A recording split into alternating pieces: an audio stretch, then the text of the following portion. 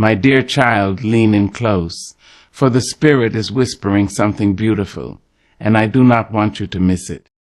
There comes a time in every soul's journey when you stop running and start listening. Not to the noise of the world, not to the criticism of man, not even to the echo of your own fear, but to the sacred stillness of God. Yes, baby, that hush between your breath. That's where he lives. God does not always announce himself with thunder. He does not always come wrapped in lightning. Sometimes he shows up in the ordinary, soft as dew on morning grass, quiet as your grandmother's prayers, firm as your own heartbeat. And so I ask you today, how do you know when God is directing your life? You see, my child, we live in a world that loves noise. It loves the sound of applause, the roar of success, the flashing lights and the grand gestures. We are taught to believe that anything worth hearing must be loud, anything worth having must come with fireworks. But I have lived long enough, cried deep enough, prayed long enough, and listened closely enough to know this. God doesn't need to shout. He does not wrestle for your attention like the world does. No, baby. He waits. He waits in the quiet of your soul. He waits in the stillness of morning light when your eyes are still half closed, and your mind has not yet been cluttered by the troubles of the day. He waits in the hush between heartbeats, in the gentle sigh of the wind brushing against your window pane. That's where you'll find him. God is not always the booming voice from the mountain. Sometimes he is the whisper that brushes past your spirit when you're standing at the crossroads of life, certain, afraid, and too wary to keep pretending you've got it all figured out. His direction doesn't always come with thunder.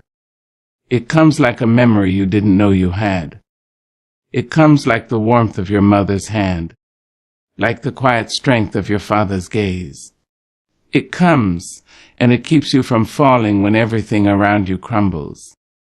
You don't need to wait for the clouds to part or for angels to appear in your living room. You don't need to see a burning bush to know God is speaking.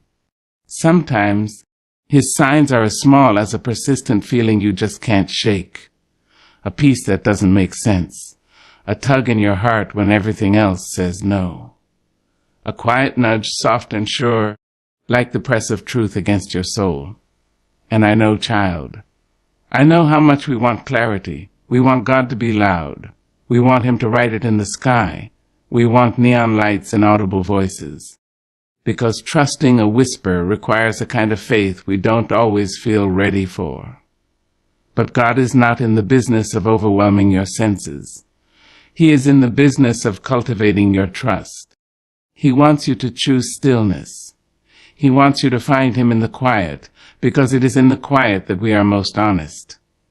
It is in the quiet that we take off our masks, sit down our burdens, and sit bare before him. The world shouts to confuse you, but God whispers to center you. Oh, if you've ever sat in silence long enough, if you've ever dared to turn off the noise and turn inward, you've felt him. You might not have had the language for it, but something deep in you stirred. Something told you to take one more step when you were ready to give up. Something told you to call that friend, to walk away from that job, to forgive that person, to say yes when fear screamed no. That something, beloved, is not random. That something is not coincidence. That something is the sacred whisper of a loving God who doesn't shout over your chaos. He speaks peace into it. Now I must tell you, there's a reason God speaks in whispers. A whisper means you have to draw near. It means you have to lean in. You have to hush your own thoughts to hear his. It means relationship. God doesn't want fans, child. He wants intimacy. He doesn't just want your hands raised in public. He wants your ears tuned in private. And when you begin to lean in, when you begin to sit with the silence and recognize it not as a void but as a sanctuary, you begin to see what others miss. You begin to walk with a confidence that has no explanation. You begin to know things that haven't happened yet because the whisper told you. You begin to move with grace because the whisper guided you. The world will ask you, "How did you know?" And you will smile, not because you heard a sermon or read a book, but because you heard God in the stillness, because He told you in the quiet, because the Holy Spirit whispered something into your spirit that no man could take away. Don't let the volume of the world make you doubt the validity of the whisper. Just because it wasn't loud doesn't mean it wasn't real. Some of the strongest trees grow in silence. Some of the deepest healing happens in the dark. Some of the most sacred answers are wrapped in stillness. Trust that, child. Trust it when your friends don't understand your decisions. Trust it when the path isn't paved, but your soul has peace. Trust it when everything outside you is shaking, but inside you are still. You are being guided, not with loudspeakers, but with love. You'll start to realize that divine direction feels less like a command and more like a calm knowing. Less like being pushed and more like being gently led. You'll stop needing signs every day because your spirit has begun to recognize the sound of His whisper. That's when you'll know He's with you. And oh, my child, when you learn to follow the whisper, you'll walk into places that your resume didn't qualify you for. You'll find yourself protected in situations that should broken you. You'll meet people who bless you simply because you were where you were supposed to be. That's divine direction. That's holy orchestration. It didn't have to be loud to be powerful. It didn't have to be dramatic to be divine. It was enough that it was God. So today, take time to be still. Tune your heart to the gentle frequency of heaven. Lean in, baby. Don't wait for the thunder. Just listening, He's whispering. There are few things in life that sting like a door closed in your face. You stand there, heart open, hands outstretched, full of hope, only to find the path blocked, the phone unanswered, the opportunity vanished like smoke in the wind. You pray, you fast, you believe, and still the answer is silence. Still the door remains shut. But I want to tell you something tender and true, something I've learned through Hartak and Halalijos. When God closes a door, it is not to punish you. No, baby, it is to prepare you. It is to protect you. It is to position you. You see, we are creatures of urgency. We want everything now, right now, and maybe even yesterday. But God, He is not moved by our clocks, nor confined by our calendars. He moves with eternity in His hands. He sees not only what is, but what could be. And what could be sometimes requires waiting. It requires delay, requires divine interruption. Oh, I've stood in front of doors that I wanted to burst open. I've begged God, pleaded with Him to change His mind, to make it work, to let me in. But years later, I looked back and wept, not because I had missed out, but because I had been spared. What I once called rejection, I now call redemption. What I once called delay, I now call destiny. When God says, "Not now," He is not denying you the dream. He is shaping you for the dream. Because, baby, you can't carry a crown if your shoulders haven't learned to bear the weight. You can't lead nations if you haven't learned how to serve in secret. You can't build something lasting if your foundation hasn't been tested by time. Sometimes the door is closed because the room behind it is too small for your calling. Sometimes it's closed because there are wolves dressed in silk waiting on the other side. Sometimes it's simply not your door. And child, when it's not your door, no amount of pushing, praying, or performing will open it. We must learn to honor the closed doors. Yes, I said honor them. We must learn to praise God for every no that kept us from marrying the wrong person, accepting the wrong job, signing the wrong deal, trusting the wrong friend. We must learn to trust that what God withholds is just as holy as what He gives. And the delays, the delays are the divine cocoon. They feel like stillness, like stagnation, like being forgotten. But inside that quiet place, transformation is happening. Your roots are growing deep. Your faith is stretching wide.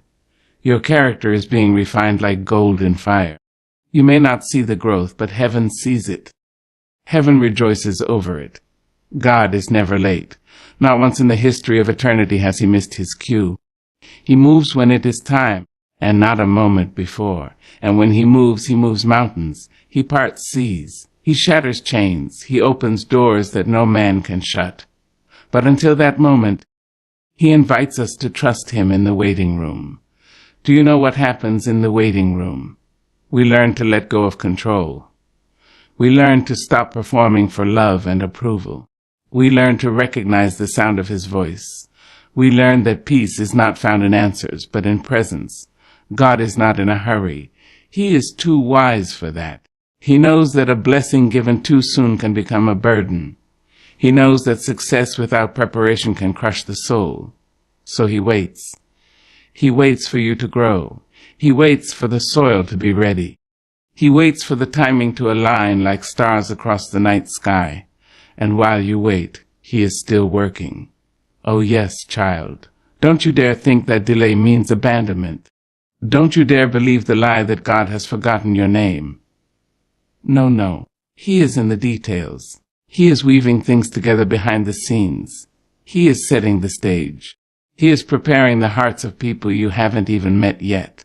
He is aligning the resources, the timing, the favor, all for you.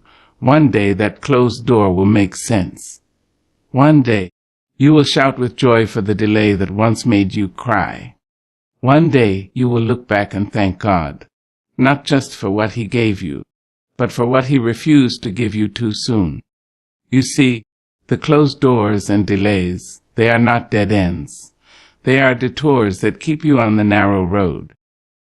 They are signs that the Father loves you too much to let you settle for less than divine design.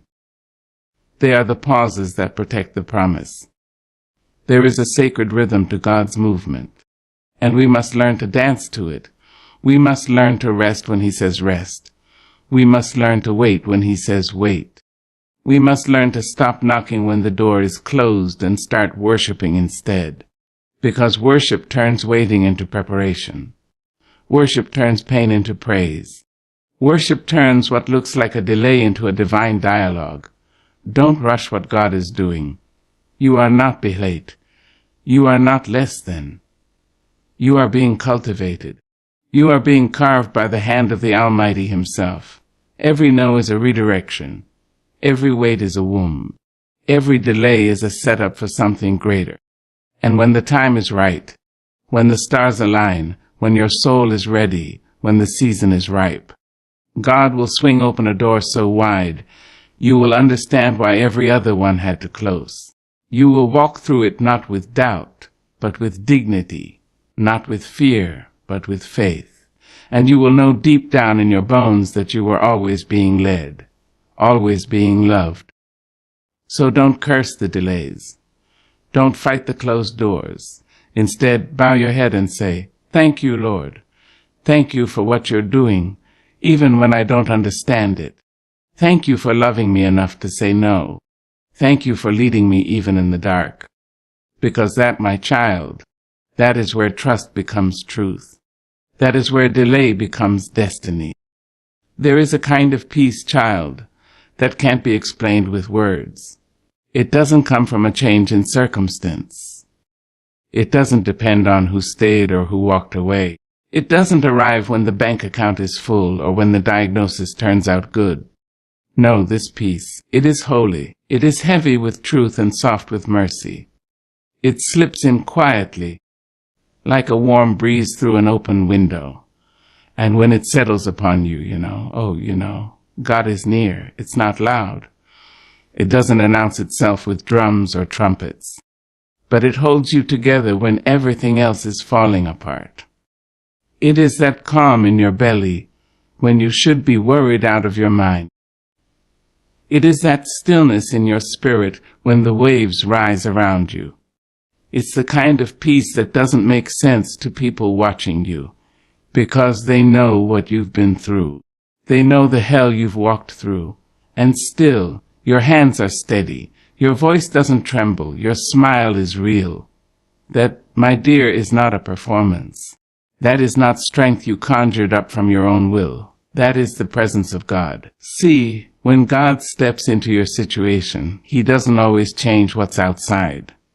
Sometimes, He simply quiets what's inside.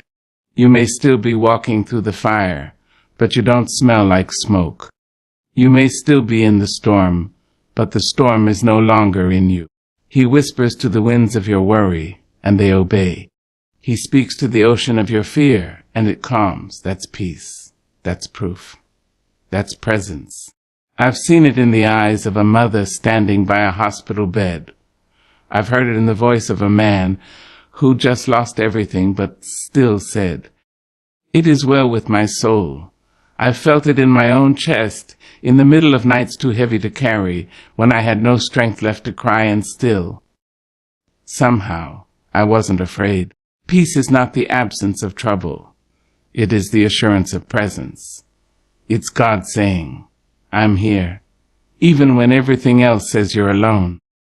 It's the divine whisper wrapped in silence that rests when there's no earthly reason to rest. Peace doesn't mean the battle is over. It means the war inside of you has been won. Sometimes we chase signs. We want the burning bush. We want handwriting on the wall. But peace, child peace, is the purest sign that God is guiding. It doesn't show up with lightning, but it stays when the thunder rolls. It doesn't always come first, but it never leaves you once it's truly arrived. And you will know it when it comes. You'll be sitting in the same house, facing the same mountain, walking the same hard road, and yet something in you feels different, lighter, grounded. Not because the path changed, but because you changed. You stopped trying to fight everything. You stopped trying to carry it all alone. You finally laid your burdens down at His feet, and in return, He wrapped you in peace. And I must say, you don't fake peace. No, baby, you don't pretend peace. You either carry it or you don't. And when you do, people see it, they feel it. It becomes your fragrance. It becomes your rhythm. People will come to you just to be near it, not knowing that what they sense is not you, but Him within you. Because when you're in His presence, you start to reflect Him. You move differently. You speak softly but with authority. You wait without worry. You walk without fear. That's the power of peace. It anchors you when the winds of life come to test you. It roots you when the world tries to shake you loose. It keeps you from running when everything in you wants to flee. Oh yes, my child, peace is power. And yet, we often trade it away. We trade it for anxiety, for control, for endless striving. We fill our days with noise, our minds with chaos, our hearts with fear. And then we wonder why we can't feel Him anymore. But God doesn't shout over the storm you created. He waits. He waits until you get still again. He waits until you sit quietly, hands open, ready to listen. Not for the answer you want, but for the presence you need. That's when He enters. And when He does, peace comes with Him. Not like a guest, but like a rightful king returning to his throne. You don't have to beg for it. You don't have to earn it. You just have to make room for it. Clear out the noise. Turn down the voices. Breathe. Listen. And suddenly, there it is. A peace that passes understanding. A peace that guards your heart and your mind. A peace that says, "Be still. I've got this." Don't ignore that peace. Don't brush it off. It's not weakness. It's not denial. It's your compass. It's your confirmation. It is the Holy Spirit Himself reminding you that even here, even now, God is with you. So when you feel that stillness rise up inside you like warm water on a cold day, when you feel your shoulders drop and your breath return to you, know this: you are not alone. You are not abandoned. You are not forgotten. You are wrapped in the arms of peace, and that peace is not just a feeling. It is a person. It is Emmanuel. It is God with us. Hold on to it, child. Protect it. Guard it. When you find it, don't let it go. because the world will try to steal it with fear, with noise, with urgency. But you don't belong to the world. You belong to the one who calms seas with a word. And if he can calm the sea, he can calm you too. So walk on, not in panic, but in peace. Speak not in haste, but in peace. Move not with doubt, but with that deep, holy knowing that wherever there is peace, there is God. And wherever there is God, there is everything you need. There is something mighty sacred about being hidden, about being tucked away from the spotlight, about being in the quiet places where nobody is clapping for you, where nobody is calling your name, where nobody sees the work you're doing behind the veil. Now, at first glance, it might feel like punishment. It may even feel like rejection. But child, I have come to tell you, it is preparation. God is not ignoring you. He is preparing you. He does not build warriors in the open. No, he crafts them in the shadows, in the silence, in the still places where faith is forged and pride is stripped away. You see, God will always prepare you before he presents you. He will always shape the foundation before he lays the crown, because he knows what you don't. What is elevated too soon will surely crumble, and he loves you too much to let you rise before you're ready. There is a rhythm to his refining. He does not rush. He molds. He chisels. He stretches. He humbles. And while the world might be applauding others, while doors seem to swing open for everyone but you, God is doing something far greater in your waiting. He is forming your roots so deep that no storm will shake you when you rise. He is teaching your heart to beat with wisdom and compassion. He is showing you how to carry the weight of blessing without it breaking you. Oh, my child, people love the mountaintop. They love the spotlight and the stage. But few are willing to stay in the wilderness long enough to be made strong. Few are willing to let the season of quiet work on them. But that season, it is holy. Don't despise it. Don't run from it. Don't mistake it for failure. Because in that season you are becoming. And what you are becoming is far more important than where you are going. The soil does not reveal the seed while it is still growing. The tree does not shout about its roots. The butterfly does not flutter until it has first wrestled in the dark of the cocoon. So why then, beloved, do you think you must bloom before you are ready? Let the Lord prepare you. Let him strip away what can't come with you to the next level. Let him build in you a character that matches the calling. Let him teach you to serve before you lead. Let him anoint your hands in secret before they ever touch a microphone or a title or a throne.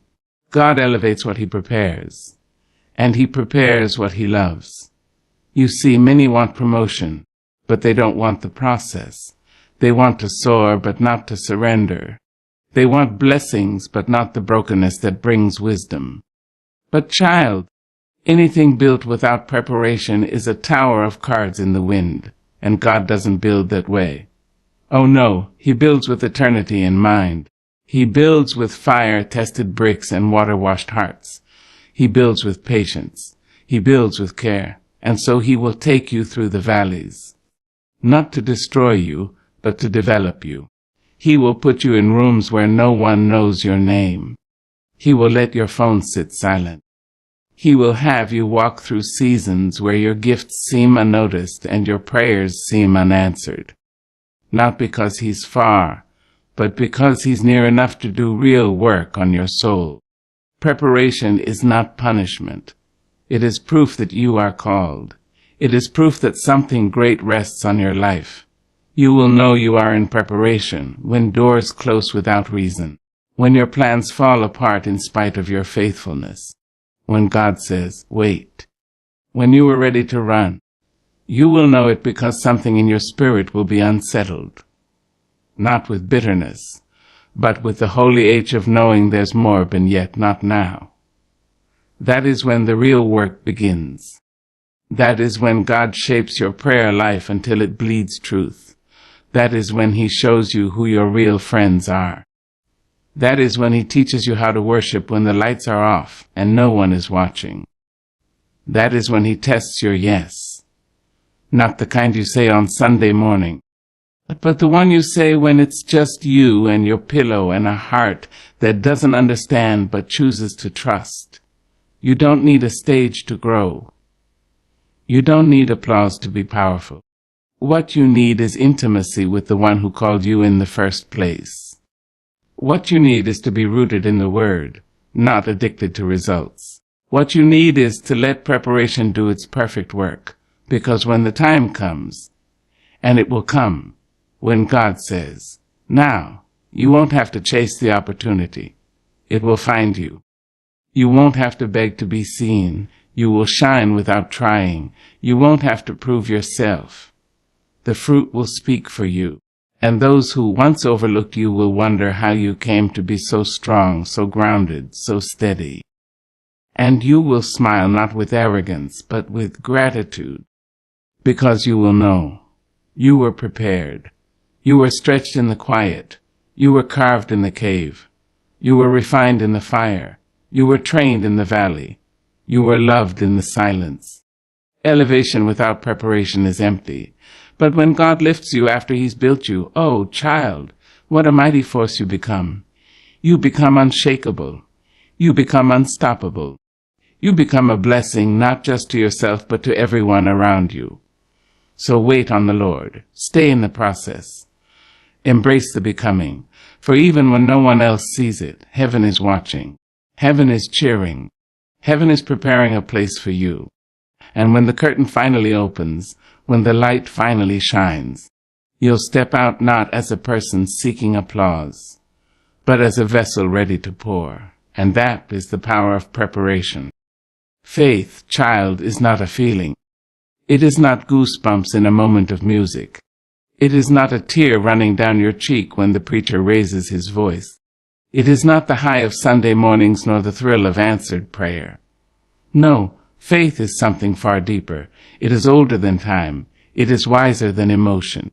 It is the quiet, unwavering decision to trust when every visible signs you not to. You see, it's easy to believe when the path is clear, when the money is flowing, when the doors are swinging open, when everything you dreamed of is falling gently into your lap like rain on thirsty ground. But that's not faith. That's comfort. And comfort never taught anyone how to walk on water. Faith, true, soul-deep, God-born faith, shows its face in the dark. It speaks up when logic grows quiet. It stands tall when every other voice says, sit down. Faith is the hand that reaches forward even when your eyes see nothing. It is the whisper that says, go, when everything in you says, stay. It is the leap when you have no net beneath your feet and no map in your hands. And baby, I'll tell you this with every breath the Lord has given me. Faith is not always pretty. It is not always neat. It is not always poetic. Sometimes it's messy. Sometimes it's a tear-streaked face and trembling hands. Sometimes it's falling down and getting back again, not because you feel strong, but because you know deep down that giving up is not an option. You trust the process not because the process is easy, but because the one who holds it is good. That's faith. It means walking when you don't know where the road leads. It means sowing seeds without knowing if the rain will come. It means building the boat before you've ever seen a drop of water. It means obeying the whisper when you don't yet understand the plan. Because faith does not wait for full understanding. It trusts the one who understands it all. So many people want to see before they believe. They want the guarantee before they take the step. But God doesn't work like that. Oh no, He calls you out before you're ready. He tells you to move when you still feel stuck. He gives you a dream so big, so bold that it scares you. And then He steps back and waits to see if you'll trust Him enough to walk. Faith means saying yes without having all the answers. It means showing up when no one is clapping, serving when no one notices, giving when you barely have enough for yourself. It means standing on His word even when your world shakes. It means trusting the process, the shaping, the pruning, the the silence, the waiting. You see, faith is not about controlling the outcome. It is about releasing control altogether. And oh my dear, there will be days when you'll want to know how it ends. Days when the silence of heaven will make your soul ache. Days when the process feels too long, too hard, too lonely. But it is in those very moments that faith does its deepest work. Faith grows in the waiting. It strengthens in the silence. It matures in the wilderness. And as you keep walking, one uncertain step at a time, you begin to learn something beautiful. Faith is not just the bridge to the promise. It is the promise. Because every step you take in faith draws you closer to the God who never fails. Every act of trust becomes a declaration that He is still on the throne. Every time you choose to believe despite not seeing, you are echoing the lives of every saint who walked before you. Think of Abraham, who followed God without knowing the destination. Think of Moses, who raised his staff over waters he could not part alone. Think of Esther, who entered a king's court not knowing if she'd walk out alive. Think of Jesus, who surrendered His will in a garden full of sorrow. Faith, child. Faith has always been the path of the brave. It does not always make sense, but it always makes miracles. God does not ask you to understand every step. He only asks you to take it. And when you do, heaven smiles. When you do, chains fall. When you do, angels are dispatched. When you do, even hell trembles. Because nothing confuses the enemy more than a child of God who keeps believing when all hope seems lost. So don't wait to see it before you believe it. Believe it and watch it unfold. Trust the one who sees what you cannot. Trust the one who walks before you, who stands behind you, who lives inside you. Yes, there will be bumps. There will be bruises. There will be nights when you sit on the floor and ask God why. But hold on. Keep moving. The process is not punishment. It is preparation. The struggle is not the end. It is the shaping of your strength. God is not asking you to be perfect. He is asking you to be faithful. And when you get to the other side, when the promise breaks through the clouds like morning light, you'll look back on every moment of doubt, every step of uncertainty, every day of silence, and you'll say, He was with me.